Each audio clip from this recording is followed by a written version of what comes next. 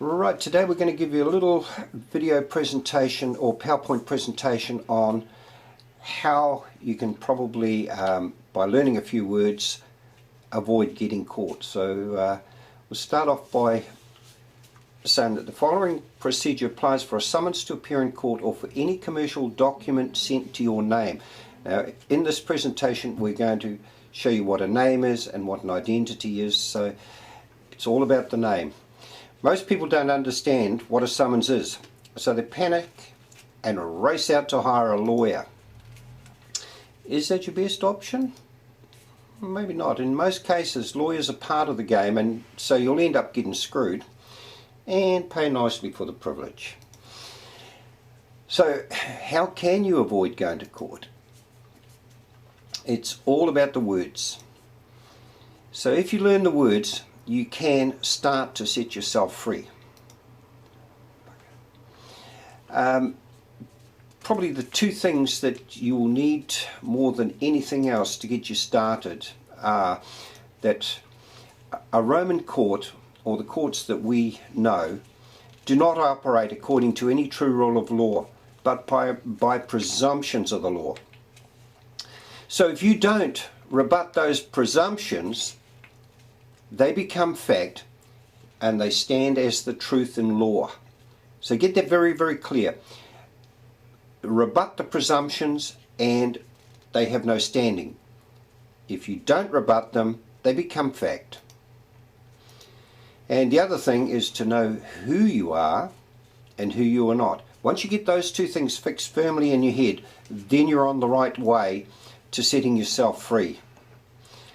Okay, so if you go down to your local bank and grab a copy of this book, The Code of Banking Practice, you can see my one's fairly well read. It's pretty wrinkly, but you can go down to the bank and get a nice brand new one.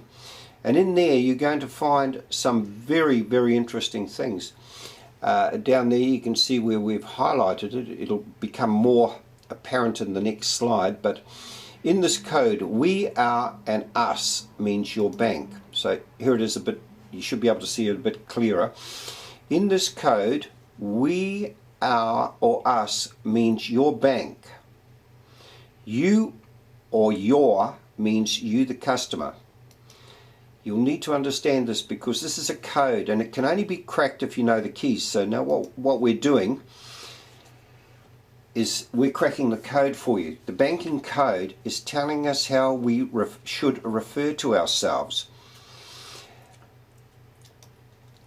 The code is telling us that if we refer to ourselves as we, our, or us, then we are the bank. The code is also telling us that you or your means that you then become the customer. So beware, the customer is the one that always pays. Any summons, court paperwork or debt collector's letters will always be addressed to a name, but then they go on, then you'll find from then on the only part of the letter or the paperwork from the courts will be in the name, but from then on everything will be referring to you. For example, the plaintiff makes this claim against you. You are the defendant. They can never put the real person there. The only way that this happens is that you accept that you are the living man, and then they have joinder. So if you can remember this, you is the customer. You have to rebut, or we have to rebut, that we are you. Once we rebut that we are you, we're the bank or the banker, and they become the customer. So they'll go away and leave it alone. You is not your name. In fact, you is not a name. So what is a name? So if we go to Bovier's, It's one or more words used to distinguish a particular individual, such as Socrates or Benjamin Franklin. this is still from the same Bovier's online. Go online and have a look at this. No man can have more than one Christian name. So in general, a corporation must contract and sue and be sued by its corporate name. The living man, John Henry, has only one Christian name. The artificial name, John Henry Doe, in general, a corporation exists by contract, sues and is sued by its corporate name. In case you missed it, John Henry is the living man and cannot be summoned to court.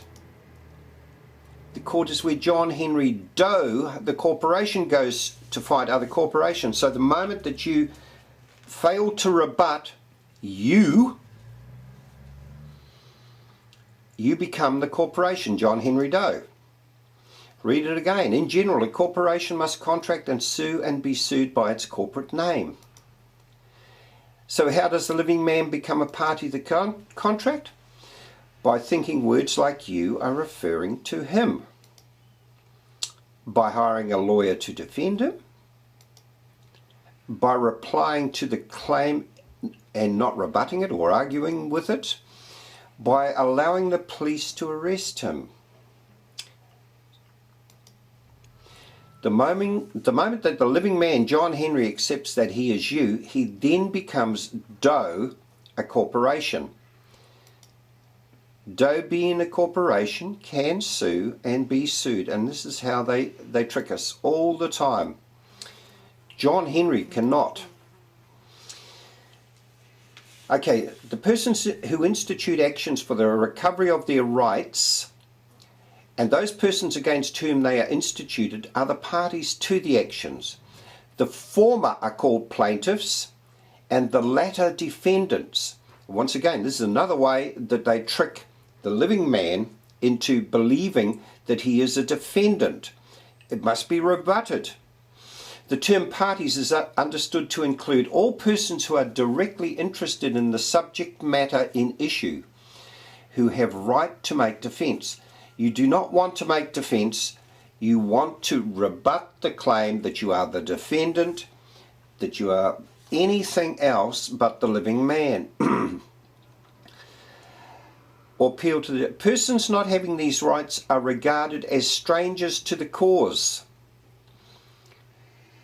It is of the utmost importance in bringing actions to have proper parties, for however just and meritorious the claim may be, if a mistake has been made in making wrong persons, either plaintiffs or defendants, it's telling you there, if you rebut it, then you will not become the plaintiff or the defendant.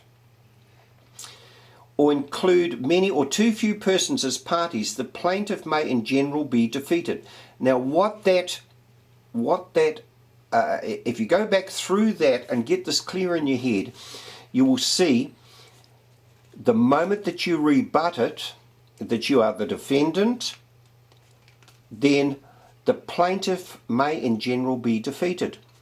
Because it tells you, including too many or too few persons, they have to get joinder between John Henry and Doe the corporation. Once you give them that joinder by not rebutting it, it then is a fact of law. It will take a little while to get this sorted clear in your head, but if you read this over and over, you will see it.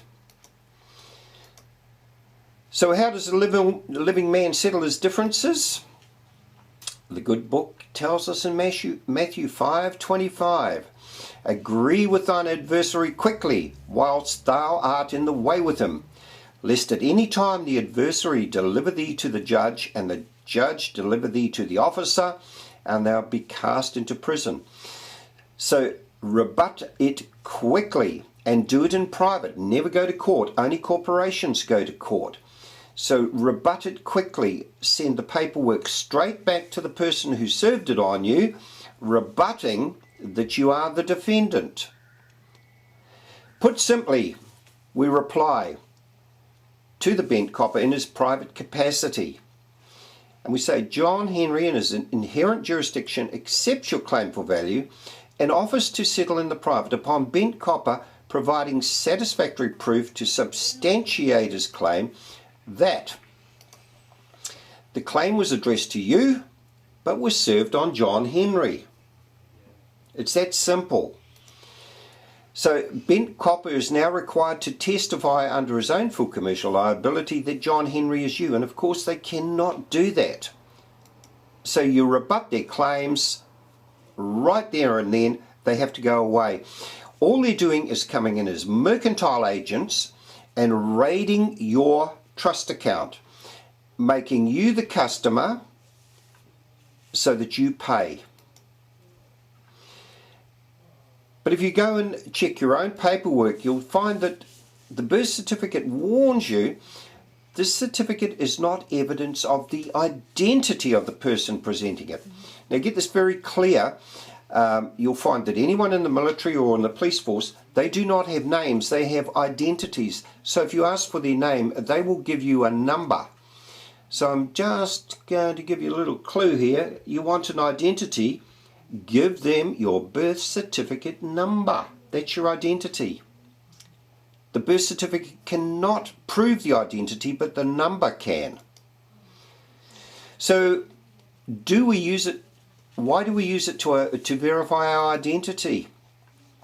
As it confirms our name, not our identity.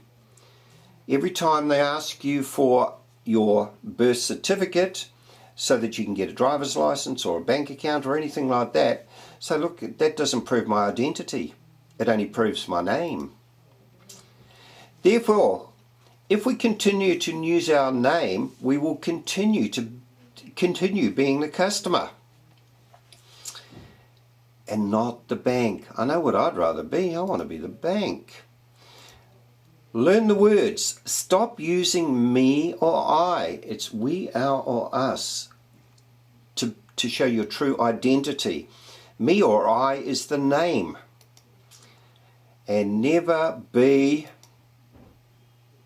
you. I wouldn't want to be you.